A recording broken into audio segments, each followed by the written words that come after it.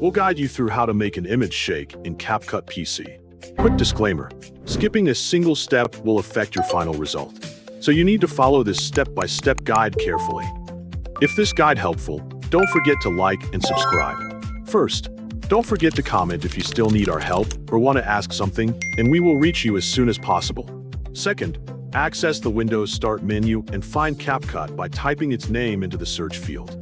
Click the CapCut icon to open the program and wait for the editing workspace to appear. Start a new project or open one that already contains your media. Import the image you would like to animate into the media panel. Drag the imported image from the media panel onto the timeline so it is ready for editing. Highlight the image clip by clicking it once. Switch to the Effects menu at the top of the editor. Enter the Video Effects section to view the available effects. Use the search function to look for the shake effect. Pick the shake preset that best matches your desired style.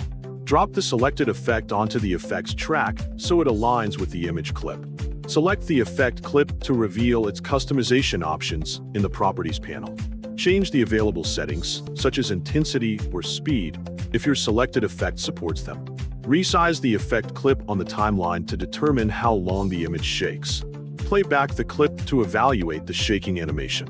Continue refining the effect until you are satisfied with the final motion. Preview different sections of the timeline to make sure the shake effect remains consistent throughout the animation. Watch the preview again after every adjustment to confirm the animation enhances the image without becoming distracting. Review the completed effect from beginning to end to ensure the shake timing is smooth and synchronized with your project. Once you are happy with the final result, save the project to keep all of your edits and preserve the completed shake animation for future editing, exporting, or sharing. Saving your work regularly also helps protect your progress from unexpected interruptions and ensures that you can reopen the project later without losing any of the changes you have made.